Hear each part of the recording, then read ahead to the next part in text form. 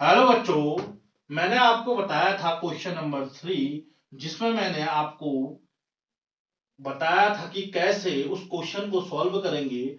अगर मैं बात करूं क्वेश्चन 4 की, तो यह भी क्या है, क्वेश्चन 3 की तरह है। अब देखिए ये क्या कह रहा है।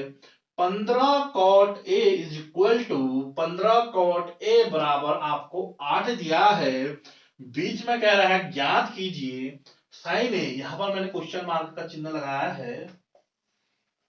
साइन ए और सेक ए हमें ज्ञात करना है। आपको क्या दिया है, 15 cot a।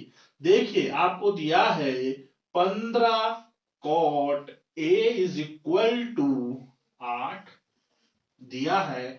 अब देखिए जब मैं बात करूं इसकी, तो यहां पर उसने एक्यूट एंगल क्या ले लिया है, ए ले लिया है। और ट्रिग्नोमेट्री की बात करूं तो ट्रिग्नोमेट्री में अगर हम ए एक्यूट एंगल लेंगे, तो उसके सामने वाला हमारा क्या कहलाएगा, लंब कहलाएगा। बी को हम एक एंगल को तो हमने 90 डिग्री मानना ही मानना है, ठीक है। ए हमने एक्यूट एंगल माना है।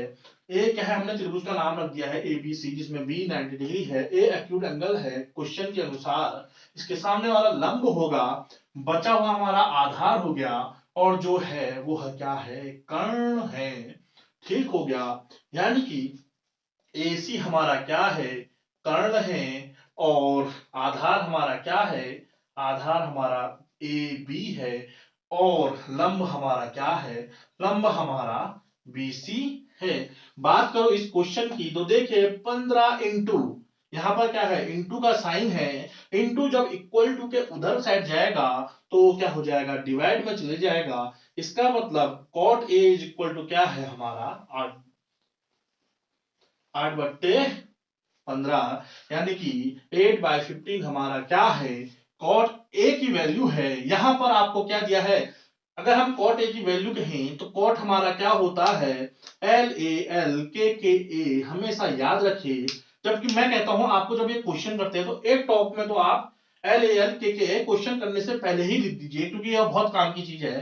पहला वाला हमारा साइन होता है, दूसरा कॉस। अगर मैं कॉट की, दूसरा कॉस होता है, तीसरा टेन होता है। और टेन जब हम करते हैं तो ऊपर से नीचे को, और टेन का उल्टा हमारा कॉट होता है। तो कॉट क्या है, यहाँ पर आधार बट्टे लंब है। आधार बट्टे लंब है। आधार बट्टे लंब हमारा क्या होता है, कॉट होता है। अगर बात करूं मैं, यहां पर रेशियो हमें दिया है, ना कि हमें इन दो भुजाओं का मान दिया है।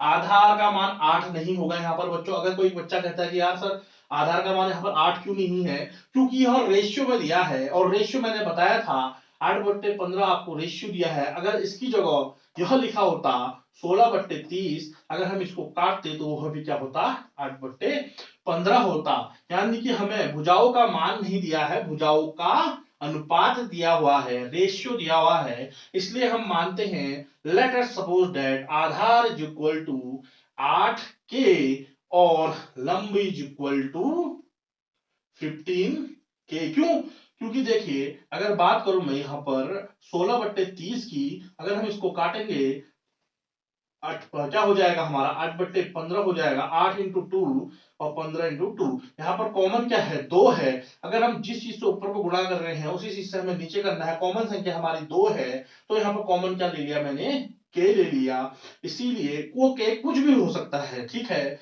यहाँ पर के क्या होगा, K is equal to 1 2 dot dot dot N तक। ठीक हो गया, कहां तक होगा, एन तक। आप कुछ भी रखिए, उसका वैल्यू हमेशा क्या होगा, 8/15 होगा। ठीक हो गया। आधार हमने ले लिया है, लंब हमने ले लिया है, निकालना क्या, हमने कर्ण निकालना है। और हम जानते हैं कर्ण का स्क्वायर किससे, पाइथागोरस प्रमेय से। यानी कि हमारा लंब कितना निकल गया है, 15K। और आधार हमारा कितना निकल गया है, 8K। कर्ण हम निकालेंगे। कर्ण यहाँ पर हमारा क्या है, हम पाइथागोरस प्रमेय को लिखते हैं पहले। पाइथागोरस प्रमेय क्या कहता है हमारा, कर्ण का स्क्वायर इज इक्वल टू लंब का स्क्वायर प्लस आधार का स्क्वायर। बात करूं मैं कर्ण की, कर्ण क्या है यहाँ पर, एसी है, एसी स्क्वायर। और आलम्ब क्या है हमारा, बीसी है, बीसी का स्क्वायर प्लस आधार क्या है हमारा, एबी है, एबी का स्क्वायर। अगर बात करूं मैं यहाँ पर देखिए, मैंने क्या कहा है, एसी हमारा क्या है, कर्ण है। ए बी हमारा आधार है, लंब हमारा BC है, आधार मैंने निकाल दिया है यहाँ पर 8K। आधार क्या है हमारा, हमने मान लिया है आधार क्या है 8K है, लंब हमने भी मान लिया है AC का स्क्वायर इक्वल टू आधा, लंब यहाँ पर क्या है, लंब हमारा है 15K और आधार हमारा क्या है, आधार हमारा है 8K का स्क्वायर। अगर हम इसको सॉल्व करेंगे तो AC इज इक्वल टू 15 का क्या होता है, 15 का स्क्वायर क्या होता है मेरे बच्चों। जब देखो अगर कोई जैसे 2x है, मान लो 2x का होल स्क्वायर है, पहले हम संख्या को करते हैं स्क्वायर, यानी कि 2 को 2 बार गुणा करेंगे तो 4 होगा, x को 2 बार गुणा करेंगे तो x स्क्वायर होगा। इस प्रकार 2x का मान क्या हो जाएगा 4x स्क्वायर हो जाएगा। इसी प्रकार हमारा 15K का स्क्वायर क्या हो जाएगा, 15 का स्क्वायर होता है हमारा 225, K का स्क्वायर K हो जाएगा, K स्क्वायर हो जाएगा। 8 का स्क्वायर होता है हमारा 64, K का स्क्वायर हमारा K स्क्वायर हो जाएगा। क्योंकि हम क्या है मैथ में चर को अलग से सॉल्व करते हैं, अचर को अलग से सॉल्व करते हैं। ये क्या है आपकी अचर संख्या है जिनका मान परिवर्तित, जिनका ना यह क्या है आपका क्या है अचर है और यह चर है। अचर का अर्थ होता है जिसकी संख्या का मान बदलता नहीं है। 225 हमेशा 225 ही रहेगा और के हमेशा के का मान चेंज हो सकता है, के कुछ भी हो सकता है, 1 2 3 4 5 अनंत तक कुछ भी ले लीजिए, के का मान चेंज होता है, इसलिए इसे क्या कहते हैं चर पद कहते हैं। और जिसका मान चेंज नहीं होता है, जैसे 5 लूं मैं, 5 तो अपने आप में ही 5 है, तो क्या है 5 हमेशा 5 ही रहेगा, तो उसका मान चेंज नहीं होगा। लेकिन मैं कहूं आप के की बात, तो के हमेशा चेंज होगा, के का मान कुछ भी हो सकता है, ठीक है। तो AC स्क्वायर इक्वल टू क्या हो गया 225 के स्क्वायर प्लस 64 के स्क्वायर। 225 प्लस 64 कितना होता है मेरे बच्चों, 225 प्लस 6, 5 में 4 जोड़ो 9 हो गया, और 4 में क्या है 6 में 2 जोड़ो 8 हो गया, 289 के स्क्वायर।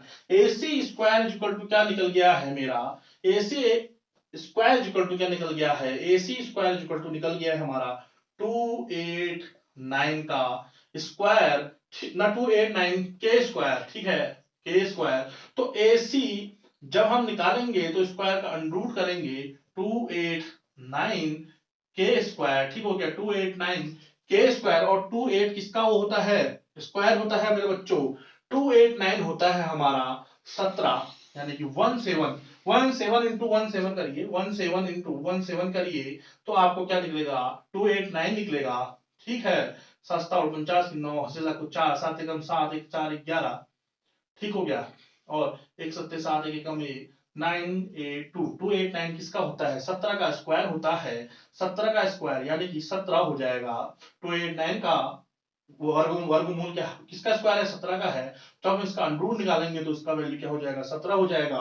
के स्क्वायर का हमारा के हो जाएगा, यानी कि हमारा AC की वैल्यू क्या निकल गई है 17 के निकल गई है, यानी कि कहीं हम कर्ण का वैल्यू हमारा क्या निकल गई है 17 के निकल गई है। बच्चों यहां तक आप स्क्रीनशॉट ले लीजिए।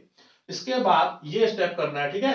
यहाँ पर बोल्ड में जगह नहीं है, इस वजह से मैंने यहाँ लिख दिया है। यहाँ से यहाँ के बाद ये लिखिए, आप एक नोट की किताब रखिए अपने पास और लिखते रहिए, आपको समझ में आएगा धीरे धीरे, ठीक हो गया, इतना निकल गया, ठीक है। और हमें पूछा क्या है देखते हैं अब, ठीक है बच्चों।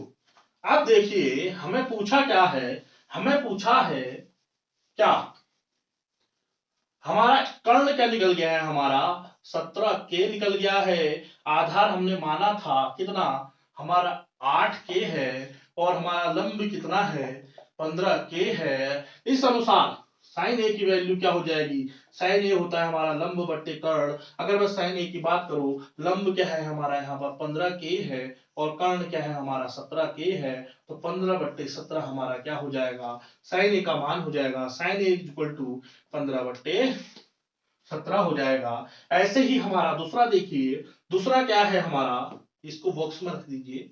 बोल्ड में आप जब बोल्ड में अगर पेपर दोगे, जो आंसर आपका निकला है अगर आप उसको ऐसे हाईलाइट कर देते हैं तो आपको क्या है एग्जामिनर क्या है देखेगा और आपका आंसर चेक करेगा। आंसर आपका सही होगा तो आपको फुल मार्क्स दे देगा। ये भी एक तरीका है बोल्ड में लिखने का, ठीक हो गया। अब बात करते हैं हम किसकी निकालना है, हमने सेक ए निकालना है। सेक ए क्या होता है हमारा, देखिए पहला वाला साइन कॉस साइन होता है, दूसरा वाला कॉस होता है, तीसरा वाला टेन होता है। अगर हम नीचे से देखें तो पहला वाला कोसेक होता है, दूसरा वाला सेक होता है, तो सेक क्या हो जाएगा, कर्ण बटे आधार होता है। कर्ण की वैल्यू हमारी यहाँ पर, कर्ण की वैल्यू यहाँ पर 17 के है और आधार की वैल्यू हमारी 8 के है। अब हम के से के कटा 17/8, यानी कि हमारा सेक ए इज इक्वल टू क्या हो जाएगा 17/8। इसको आप एक हाइलाइटर की तरह यूज करिए, एक बॉक्स में रख दीजिए।